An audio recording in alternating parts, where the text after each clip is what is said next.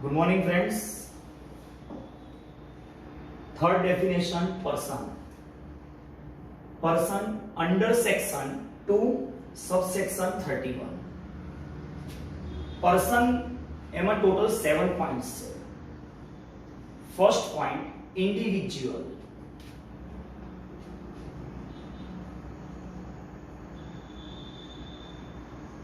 Individual માં કોણ આવે? તો કે natural person, human being, creation of God.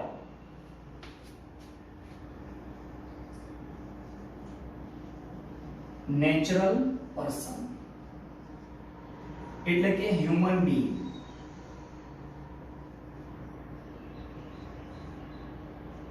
That is creation of God. એટલે તમે હું એ બધા નેચરલ પર્સન કહેવાય, હ્યુમન બીઈંગ કહેવાય. કોઈ માઇનર પર્સન હોય, મેજર પર્સન હોય, ઇન્ફન્ટ હોય એટલે 2 વર્ષથી ઓછી ઉંમરનું હોય બચ્ચું, લ્યુનેટિક એટલે મેન્ટલી ગાંડો હોય કોઈ, મેન્ટલી રિટાર્ડેડ, એ બધા નેચરલ પર્સન કહેવાય. ક્રિએશન ઓફ ગોડ, ભગવાને બનાવ્યા છે. એટલે પર્સનની ડેફિનેશનમાં ફર્સ્ટ પોઈન્ટ છે ઇન્ડિવિજ્યુઅલ, કે એમાં નેચરલ પર્સન એટલે જ human being, and that is creation of God, ભગવાને બનાવેલા. એક્ઝામ્પલ: મિસ્ટર એ, મિસિસ એ, માસ્ટર એ. માસ્ટર વર્ડ નોર્મલી યુઝ થાય માઇનર માટે, એટલે માસ્ટર એ. લ્યુનેટિક એટલે ગાંડો.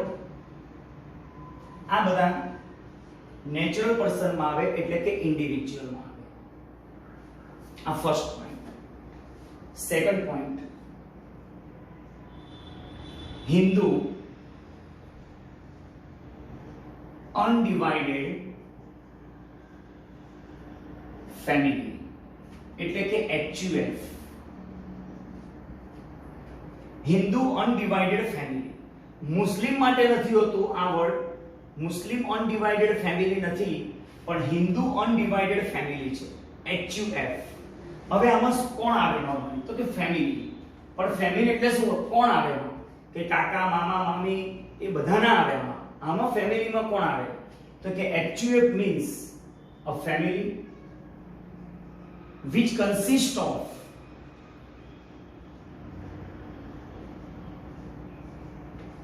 all persons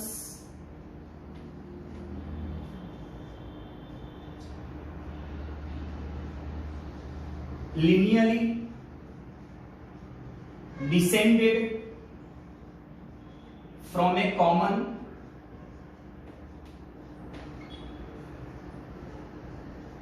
ancestor. Ancestor એટલે જે મૂળ હોય આપણા ઉપર તે, એટલે કે આપણા જે ફેમિલીમાં જે હેડ હોય, ફેમિલીમાં જે હેડ હોય, બરાબર છે, એના અંડરમાં જેટલા બી કોમન આવતા હોય, ડિસેન્ડેડ ઓર્ડર, લિનિયરલી ડિસેન્ડેડ એટલે શું? ઉતરતા ક્રમમાં. એટલે આપણા દાદા દાદી, એમના અંડરમાં આપણા પેરેન્ટ્સ, આપણા અંકલ, એમના અંડરમાં આપણે બધા આવીએ. તે બધા પર્સન્સ HUF માં કવર થાય છે. એટલે HUF means a family which consists of all persons linearly descended from a common ancestor and includes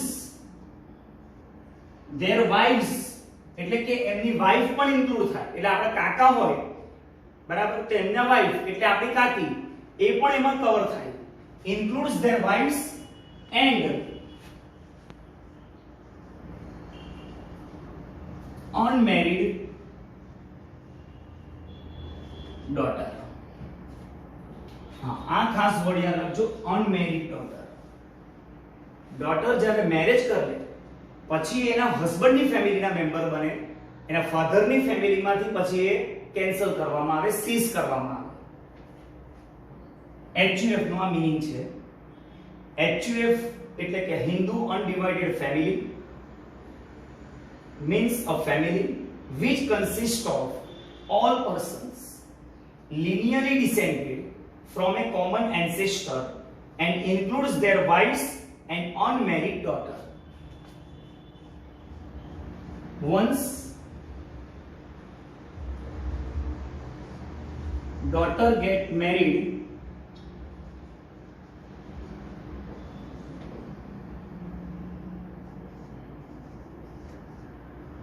ceases to be member of father's family. Daughter જ્યારે મેરેજ કરી લે પછી ફાધરની ફેમિલીમાંથી એ સીઝ એટલે કે કેન્સલ થઈ જાય and becomes the member of her husband's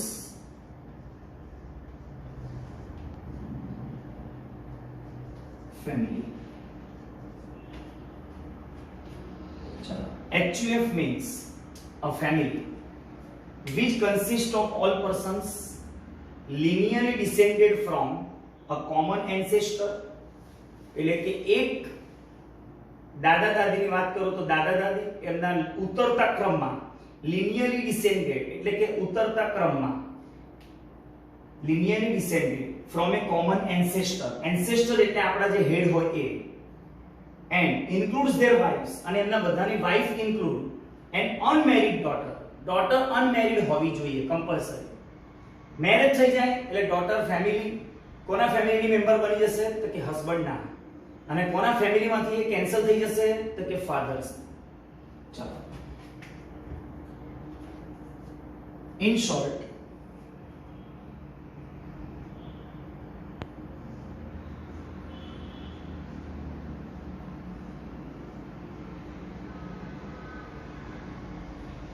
આ આપણા છે common એન્સેસ્ટર.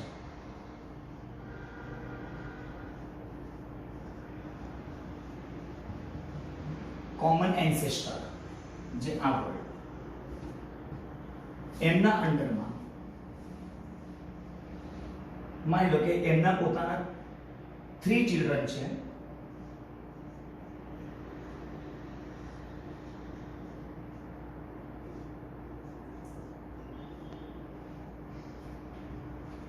Mr. A, B and Miss C.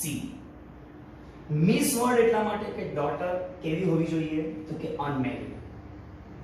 એટલે ડોટર મિસ એટલે કે અનમેરિડ હોવી જોઈએ. મિસ્ટર એ મેરેજ કરી એટલે મિસિસ એ આવી. મિસ્ટર બી એ પણ મેરેજ કર્યું એટલે મિસિસ બી બની અનમેરિડ ડોટર. માની લો કે મિસ્ટર એ અને મિસિસ એ નું મેરેજ થયું એટલે એમના 2 ચિલ્ડ્રન થયા. આ જે નથી થયા. ચલો હવે આખી ડેફિનેશન આના પરથી સમજી લો. HUF means a family which consists of all persons. આ બધા જ એમાં કવર થાય. which consists of all persons linearly descended એટલે ઉતરતા ક્રમમાં એટલે આ બધા from a common ancestor એટલે common ancestor આ બધાના common કોણ તો કે આ બે એ લોકોના ઉતરતા ક્રમમાં જેટલા પણ હોય મિસ્ટર એ મિસ્ટર બી મિસ સી એટલે unmarried daughter and their wives. બરાબર. ચલો family means HUF means a family which consists of all persons linearly descended from a common ancestor and includes their wives and unmarried daughter. Once daughter get married, she ceases to be a member of father's family and becomes a member of her husband's family. આ HUF નો meaning થયો અને એના પરથી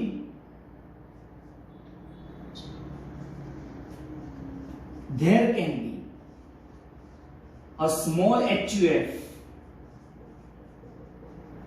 into a big HUF. એટલે કે આ આખું એક બિગ HUF છે. એમાં મિસ્ટર એ નું પોતાનું ફેમિલી કહીએ તો એ એના વાઇફ અને એના ચિલ્ડ્રન એટલે there can be a small HUF અહીંયા એક સ્મોલ HUF ક્રિએટ થયું ઇન્ટુ અ બિગ HUF. એટલે જ્યારે જ્યારે હિન્દુ મેરેજ કરે ત્યારે ત્યારે એનું પોતાનું એક નાનું ફેમિલી અલગ બનતું જાય છે. એટલે there can be a small HUF into a big HUF.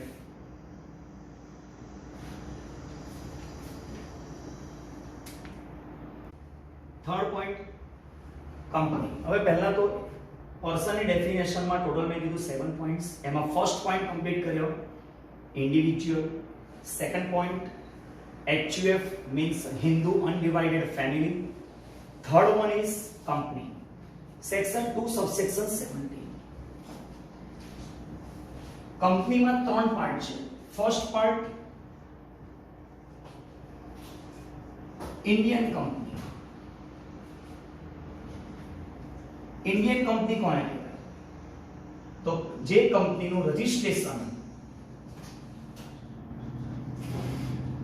in India. Indian company means a company which is registered in India. એટલે જે કંપનીનું રજિસ્ટ્રેશન ઇન્ડિયામાં થયું હોય તો એને કહેવાય ઇન્ડિયન કંપની. આ ફર્સ્ટ પોઈન્ટ. સેકન્ડ પોઈન્ટમાં ફોરેન કંપની એટલે કે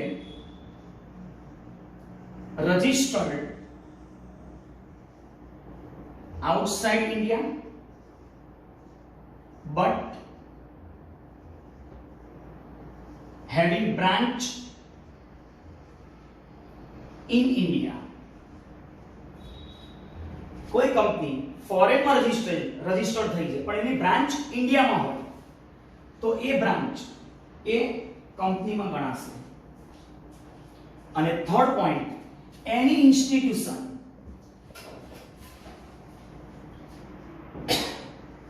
or body, any institution or body, whether registered or not,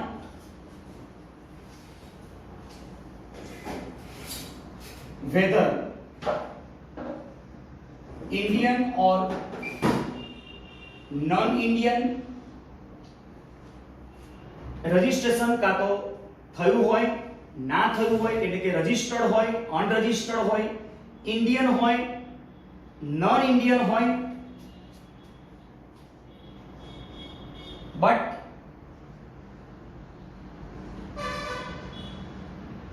declared by general or special order of Central Board of Direct Taxes. શોર્ટમાં એને કહેવાય CBDT.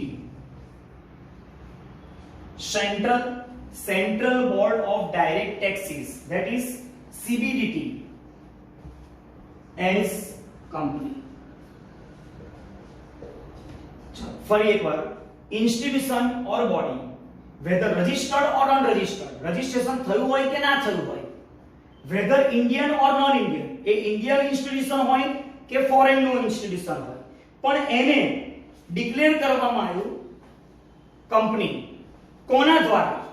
તો કે CBDT દ્વારા company જાહેર કરવામાં આવી કે ભાઈ આ ઇન્સ્ટિટ્યુશન કંપની કયા ઓર્ડર પાસ કરે. કાં તો જનરલ ઓર્ડર એટલે ઘણી બધી ઇન્સ્ટિટ્યુશન એક સાથે ઓર્ડર આપવામાં આવે. જનરલ એટલે કોઈ સ્પેસિફિક એક માટે નહીં એટલે કે જનરલ ઓર્ડર, અને સ્પેસિફિક કોઈ માટે કીધું હોય તો કહેવાય સ્પેશિયલ ઓર્ડર. તો જે કંપની જે ઇન્સ્ટિટ્યુશન રજિસ્ટર્ડ હોય કે ના હોય, ઇન્ડિયન હોય કે નોન ઇન્ડિયન હોય, પણ એને CBDT એ કંપની ડિક્લેર કરી by general order or by special order, it is called company. Company includes three parts. Section 2 subsection 17. First one, Indian company which is registered in India. Second point, foreign company registered outside India but having branch in India, that branch to be considered as a company. And third one, institution or body registered or non-registered, Indian or non-Indian, which is declared by general or special order or CBDT as a company, is called company. Fourth point, firm. Firm એટલે normally partnership firm હોય. Firm કોણ ચલાવે? તો કે કો ventures, કો owners, joint owners, એટલે કે એકથી વધારે લોકો એમાં ઓનર્સ હોય, એટલે કે પાર્ટનરશિપ ફર્મમાં સ્વરૂપમાં એ લોકો બિઝનેસ કરતા હોય છે, તો એને કહેવાય firm. Firm means an entity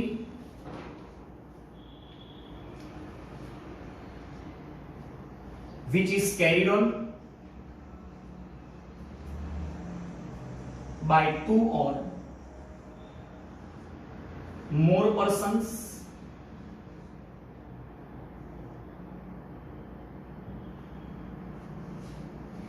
with intention.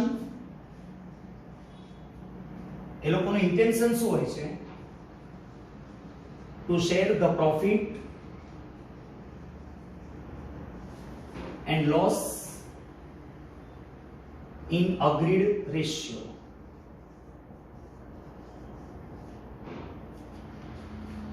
Firm એટલે એવી એન્ટિટી કે જે કોના દ્વારા ચલાવવામાં આવે છે? કેરીડ ઓન એટલે ચલાવવું. ટુ ઓર મોર પર્સન્સ, બે કે તેનાથી વધારે વ્યક્તિ. વિથ ઇન્ટેન્શન, શું ઇન્ટેન્શન હોય છે? કે પ્રોફિટ લોસ જે બિઝનેસમાં થાય એ લોકો શેર કરે, એટલે કે ડિવાઈડ કરી લેશે. કયા રેશિયોમાં? અગ્રીડ રેશિયો, એટલે નક્કી કરેલા રેશિયો પ્રમાણે લોકો ડિવાઈડ કરી લેશે. એટલે કે ધેટ ઇઝ પાર્ટનરશિપ ફર્મ. એટલે કે આ પાર્ટનરશિપ ફર્મ કહેવાય.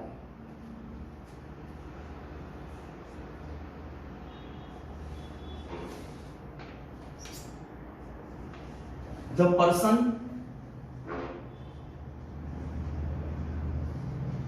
individually called partner. એક વ્યક્તિ, માની લો કે બે પાર્ટનર છે, એ અને બી, તો એ લોકોને ઇન્ડિવિજ્યુઅલ કહેવામાં આવે છે. કેમ? Because they are natural person, human being, creation of God, એટલે એને કહેવાય individual. The person individually called partner, A individually partner તરીકે ઓળખાય. And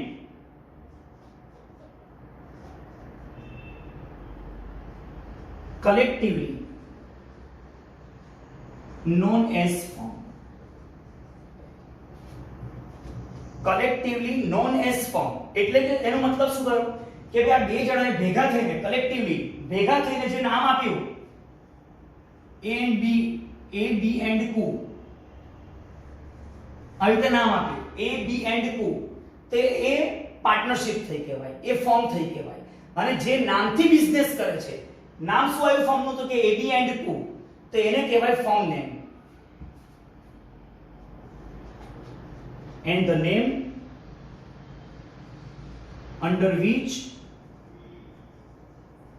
they carry on business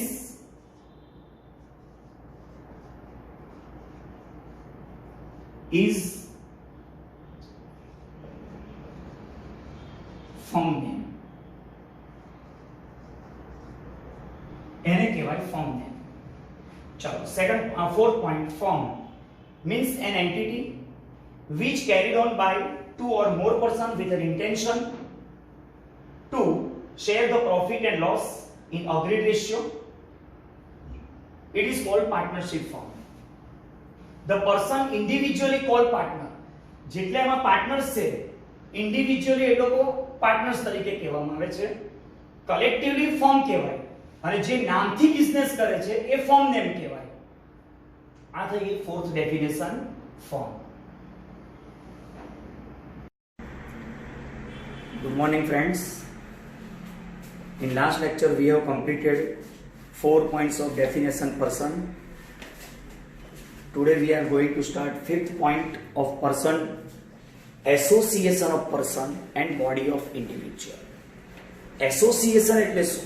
તો આપણે એક જાતના ગ્રુપ જે બનાવીએ છીએ, સ્ટુડન્ટ્સનું ગ્રુપ, પછી ગણપતિમાં મંડળ હોય છે, નવરાત્રિમાં મંડળ બનાવવામાં આવે છે, ક્લબ, જે સોસાયટીમાં આપણે રહીએ છીએ એ સોસાયટી, ટ્રસ્ટ, આ બધા એસોસિએશન કહેવાય. શાના માટે લોકો ભેગા થાય? તો એ લોકો પોતાની યુનિટી બતાવવા માટે, સ્ટ્રેન્થ બતાવવા માટે. કે જેનાથી કંઈક એચીવ કરી શકે. ક્લાસીસ વાળાનું બી એસોસિએશન હોય છે. હવે ક્લાસીસમાં કોરોનાના લીધે ક્લાસીસ નથી જ ઓપન કરવા દેતા, તો એ પ્રોટેક્શન પોતાના માટે એક ક્લાસ વાળો જો કોલેજ તમારે ગવર્મેન્ટની સામે અપીલ કરવા જાય તો કશું એની સ્ટ્રેન્થ દેખાતી નથી. પણ ઘણા બધા ક્લાસીસ એક એસોસિએશન બનાવીને અપીલ કરે ગવર્મેન્ટને તો કંઈક એની ઇફેક્ટ પડે છે. એના માટે લોકો એસોસિએશનમાં જોડાય છે. કોઈ કમ્પલસરી નથી એસોસિએશનમાં જોડાવું, પોતાની ઈચ્છાએ જોડાય છે. એવું કંઈ કમ્પલસરી કાયદામાં નથી લખ્યું કે ભાઈ એસોસિએશન બનાવવું જ પડે. ચલો, association of person means group of person. Group of person, person એટલે કોણ? તો બધા જ કવર થાય.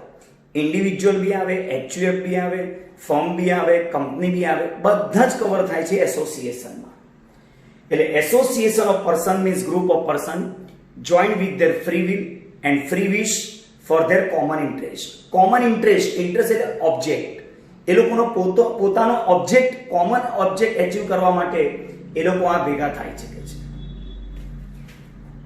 It is not compulsory to be a member.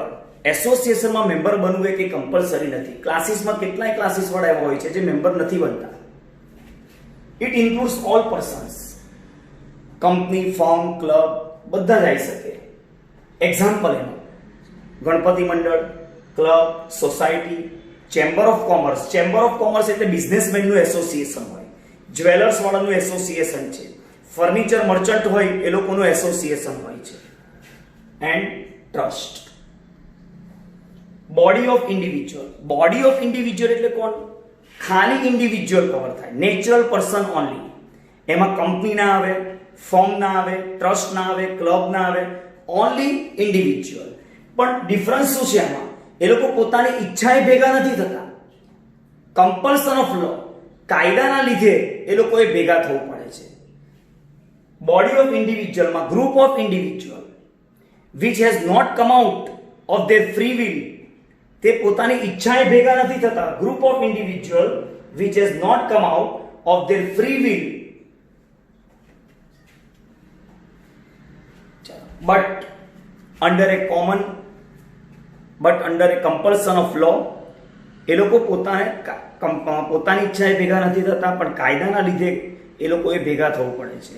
એક્ઝામ્પલમાં છે એક્ઝિક્યુટર્સ ઓફ પ્રોપર્ટી. એક્ઝિક્યુટર્સ એટલે વારસદાર, પ્રોપર્ટીના વારસદાર. એમાં શું હોય છે કે ભાઈ ઘણીવાર એવું હોય છે કે ભાઈ ભલે બે ભાઈઓ વચ્ચે બનતું ના હોય, પણ પ્રોપર્ટી, કોઈ બિઝનેસ એ લોકોને વારસામાં મળ્યો હોય કોમન, તો એ લોકોએ ના છૂટકે ભેગા થવું પડે છે, ભેગા રહેવું પડે છે. તો એ કમ્પલસરી એ લોકોએ ભેગા રહેવું પડે છે. તેને કહેવાય બોડી ઓફ ઇન્ડિવિજ્યુઅલ. એટલે આ બેમાં ડિફરન્સ છે, એસોસિએશન ઓફ પર્સન અને બોડી ઓફ ઇન્ડિવિજ્યુઅલમાં. આમાં ગ્રુપ ઓફ ઓલ પર્સન્સ એટલે બધા જ પર્સન એમાં કવર થશે, જ્યારે આમાં only individuals.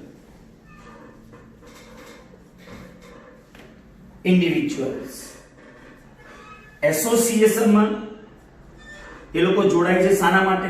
Common purpose, common object. જ્યારે આમાં નોટ કોમન ઓબ્જેક્ટ. આમાં એ લોકો જોડાય છે ફ્રી વિલ, પોતાની ઈચ્છાએ. જ્યારે આમાં કમ્પલ્સન.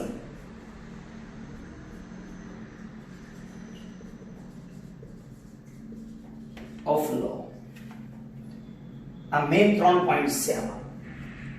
ચલો, association of person and body of individual. એમાં ખાલી પર્સન્સ, બધા જ પર્સન કવર થાય, જ્યારે આમાં ખાલી ઇન્ડિવિજ્યુઅલ કવર થાય. આમાં લોકો પોતાની ઈચ્છાએ ભેગા થાય છે. આમાં કમ્પલ્સન ઓફ લો ભેગા થવું પડે છે. આમાં કોમન ઓબ્જેક્ટ એચીવ કરવા માટે, જ્યારે આમાં કોઈ કોમન ઓબ્જેક્ટ છે નહીં. 5th point complete.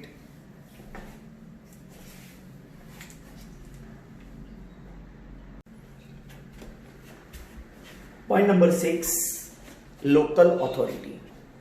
Local authority એટલે શું? લોકલ એટલે તમારા હદમાં જે હોય.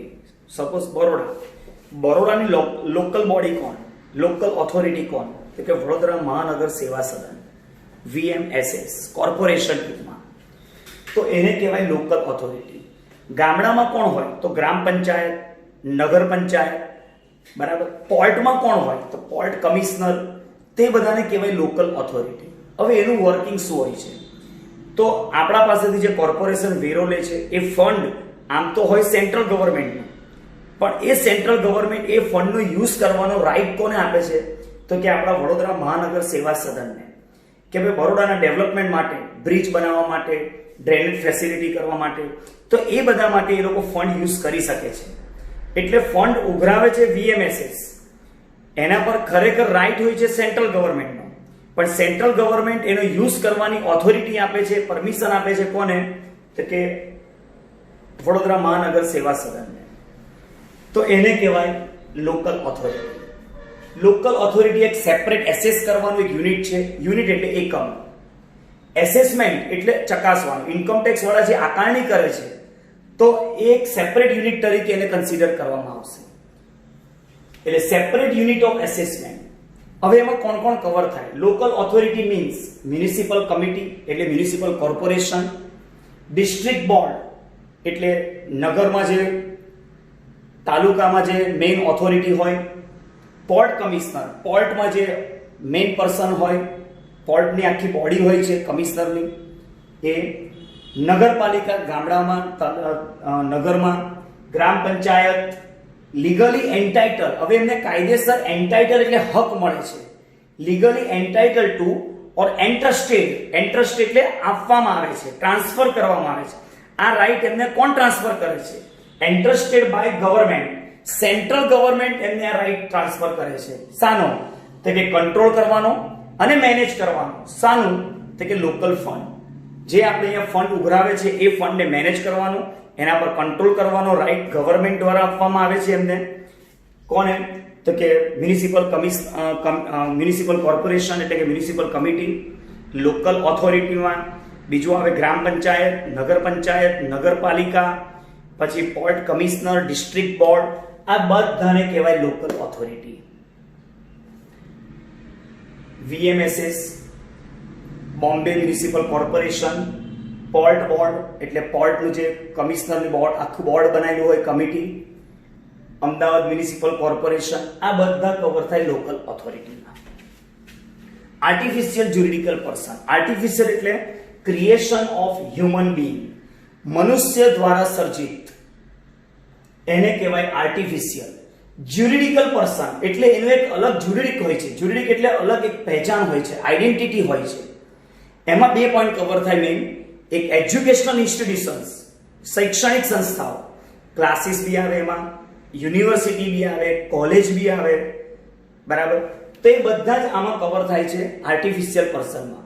બીજું ટેમ્પલમાં, મંદિરમાં જે દેવી દેવતાઓ હોય છે, તિરુપતિ બાલાજી, સિદ્ધિવિનાયક મંદિર, આ બધા જે ટેમ્પલ, એ પણ આર્ટિફિશિયલ જ્યુરિડિકલ પર્સન કહેવાય છે.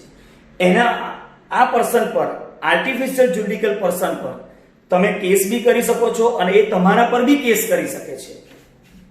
ક્રિએશન ઓફ હ્યુમન બીંગ, મનુષ્ય દ્વારા સર્જિત. It is separate entities.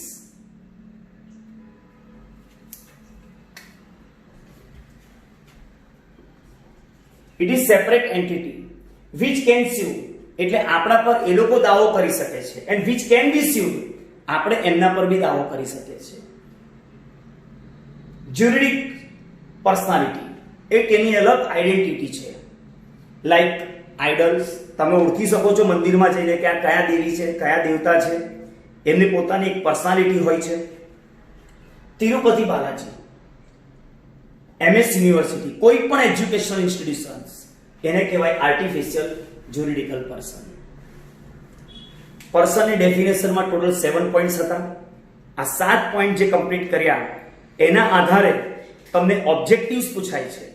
એટલે આ 7 પોઈન્ટ્સના તમારે થિયરી આવડશે, એના બેઝ પર તમને ઓબ્જેક્ટિવ્સ આવશે જે આપણે સોલ્વ કરીશું નેક્સ્ટ લેક્ચરમાં. Good bye.